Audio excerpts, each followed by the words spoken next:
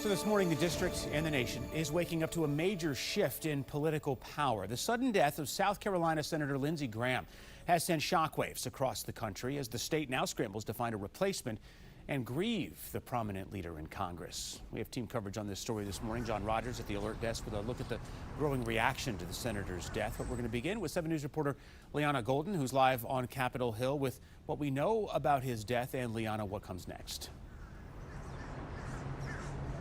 Hey guys, good morning. Well, sudden really is the key word here. There weren't any known or public health issues for Senator Graham until the country woke up to the news of his passing early Sunday morning. Certainly took a lot of people by surprise. Let's take a live look down Pennsylvania Avenue here at the White House this morning. Flags are flying at half-staff in honor of the late Republican senator. Initially, his office said that he died from a, quote, brief and sudden illness. That has now been updated to a tear in his aorta. It's slightly different than a heart attack.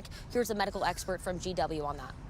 An aortic dissection is a tear in that innermost lining that allows blood to get into the actual wall of the artery. It can compress the channel that's actually carrying blood out to the body, and that creates a lack of blood flow to the heart itself, to the brain, to the major organs in the abdomen. It happened fast. Senator Graham was just in Ukraine on Friday. He's seen here meeting with Ukrainian President Volodymyr Zelensky in Kyiv. Then, hours after returning to D.C., first responders were called to his home. So he served his home state for 23 years in the Senate. During that time, he grew to be one of President Trump's closest allies. Graham was known as a real powerhouse in foreign policy, a leading voice for the U.S. support for Israel and Ukraine. He was also admired by politicians on both sides of the aisle. This was very hard news to wake up to this morning. He and I certainly fought plenty over our differences about politics and policy, but we also traveled the world together. When I was a new senator, he welcomed me in. He knew that my path was different. He understood the power of change in South Carolina and how much our state had changed. Graham was 71 years old. There will be a special election in a couple of weeks to begin finding his replacement. In the meantime, FBI Director Kash Patel posted online. He said that the FBI will be assisting local agencies in the ongoing investigation into Graham's death. For now, reporting live on Capitol Hill, I'm Liana Golden, 7 News. So now many are asking what comes next for Lindsey Graham's Senate seat. Well, South Carolina's governor will choose someone to temporarily serve out the rest of his term. That person will serve until January 3rd. Graham was running for re-election and had already won the Republican nomination in the state's primary. And under South Carolina law, the state will have to have a special election for voters to choose a new Republican nominee to replace Graham.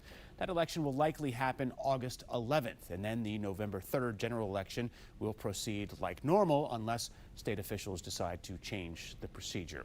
All right, let's get back to John Rogers at our Alert Desk with continuing team coverage. John, still a lot of reaction pouring in after the senator's sudden passing. Yeah, Adam, leaders from across the country and around the world are in mourning. President Trump posted this just after the news came out, saying he was a dear friend, a true American patriot. He was one of the greatest people and senators I've ever known. The White House posted this, so sad, this picture showing the love and support the two men had. I just saw an image of the White House, the flag at half-staff over there. Now, he was just in Ukraine a few days ago, and this is him appearing very healthy, giving a press conference over there. As such, Volodymyr Zelensky put out a long message expressing his sadness and his gratitude to Lindsey Graham for the support he provided to Ukraine over the years in the midst of this war. And on the other side of the aisle, we have lawmakers such as Senator Van Hollen saying, while we disagreed on many things, we always had an open line of honest conversation. Mark Warner saying the same thing. I've never doubted the love for his country, the commitment to serving the great people of America. Even Joe Biden weighing in, saying he's shocked by the sudden passing of this news. Many are sad. Adam.